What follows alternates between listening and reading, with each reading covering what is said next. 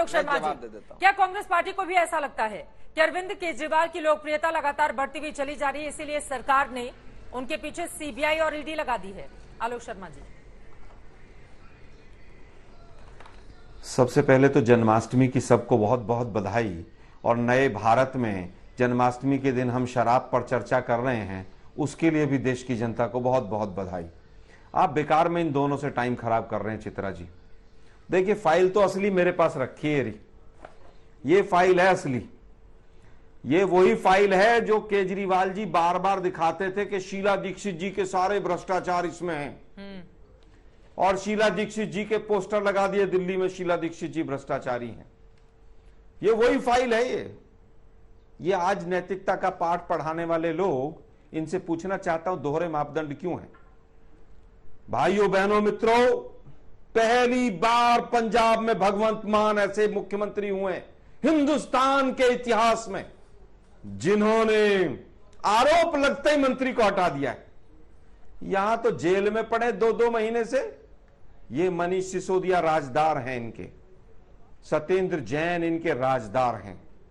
इसलिए आज पूरी की पूरी आम आदमी पार्टी इनके बचाव में आ गई है। और सच्चाई ये है कि केजरीवाल ही असली मुद्दा हैं। ये जो बार बार कह रहे हैं ना राघव चड्ढा जी, ये सच बोल रहे हैं। इनके मुंह पे सरस्वती मां बैठी हुई हैं। मुद्दा केजरीवाल ही हैं, जिन्होंने आज तक कोई मंत्रालय नहीं लिया। मुद्दा केजरीवाल ही हैं। ये सब तो मुखौटे हैं। दिमाग सारा केजरीवाल का ही है। 2% से 12% करके ही तो पंजाब में हजारों करोड़ रुपया खर्च करके इन शराब माफियों से लेकर चुनाव लड़ा है। नहीं तो पैसा कहां से आ रहा है?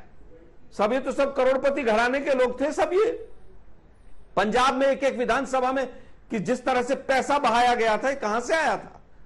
तमाम विरोध के बाद भी शराब नीति लागू हुई, और शराब नीति में 3-4 व्यापारियों को चुना गया अपने मनपसंद, और 2% से 12% राघव जी नहीं बता रहे क्यों किया गया। चुनाव लड़ना है ना भाई। गुजरात में भी ये जो 700-800 करोड़ रुपया हर साल खर्च हो रहा है दिल्ली के अंदर, ये कहां से? राघव चड्ढा जी के घर से आ रहा है या मनीष सिसोदिया जी के मामा जी के यहां से आ रहा है? ये पैसा दिल्ली की जनता का है। राघव चड्ढा जी आए थे, मुझे याद है कोरोना के टाइम पर सबसे पहले दिल्ली ने हाथ खड़े किए थे।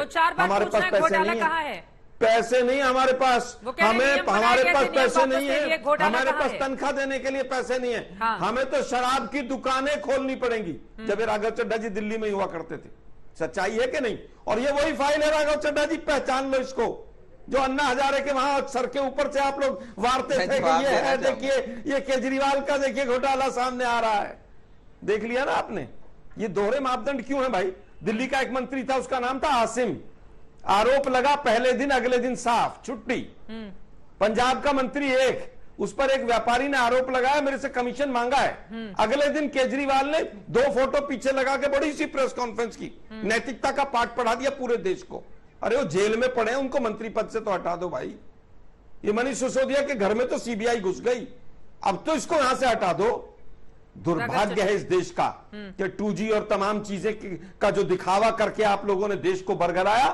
असली मुद्दा केजरीवाल है, और केजरीवाल जी दिल्ली की जनता जब जूते मारेगी ना, तब आप सत्ता छोड़ेंगे, उससे पहले नहीं जाएंगे। थोड़ी भाषा से हम आप सबसे भ्रष्ट हैं। दिल्ली को भ्रष्टाचार के गर्त में डुबो दिया आप लोगों ने। ये बात तो सच है ना राघव चड्ढा जी? आप लोग बड़ी बड़ी फाइलें लेकर घुमा करते थे, भ्रष्टाचार उनका शीला दीक्षित के ऊपर कितने आरोप लगाए, और आखिरकार क्या निकला उसका? जो 2% से 12% शीला दीक्षित को बदनाम किया, तब शर्म नहीं आई? हर चीज पर यू टर्न लेकर चले गए। जो वीपी हाउस की प्रेस कॉन्फ्रेंस याद है? अब जवाब ले लेते हैं, दूसरे नंबर पर ये, तीसरे नंबर पर आलोक जब जवाब ले लेते हैं ना, जवाब सुन लीजिए राघव चड्ढा जी, जवाब दीजिए। वो कह रहे हैं राजदार हैं ये लोग, इसीलिए बचाने की कोशिश की जा रही है इनको। दोनों राजदार हैं, ये राजदारों को बचाया जा रहा है। ठीक है सर। देखिए, आपको याद होगा, इनको आवाज इनका थोड़ा सा फेडर शायद कम कर दें आप। देखिए, आपको याद होगा चित्रा जी, जब हमारी सरकार बनी थी, पहली सरकार बनी थी 49 दिन की, उस सरकार के पहले हफ्ते के अंदर अरविंद केजरीवाल जी ने एंटी करप्शन ब्रांच का इस्तेमाल करते हुए 4 बड़े मुकदमे दर्ज करे थे, जिसमें केंद्र में बैठे कांग्रेस पार्टी के पेट्रोलियम मंत्री देवरा साहब भी शामिल थे। तब हमारे पास एंटी करप्शन ब्रांच थी, हमने सारे ट्रांसपोर्ट स्कैम से लेकर सारे स्कैम्स में इंक्वायरियां खोली और जून के महीने के अंदर केंद्र सरकार ने नोटिफिकेशन लाकर वो एंटी करप्शन ब्रांच जो दिल्ली सरकार के अधीन आता था वो छीन लिया। यानी कि भ्रष्टाचार से लड़ने वाले दिल्ली सरकार के जितने भी महकमे थे वो सारे छीन लिए।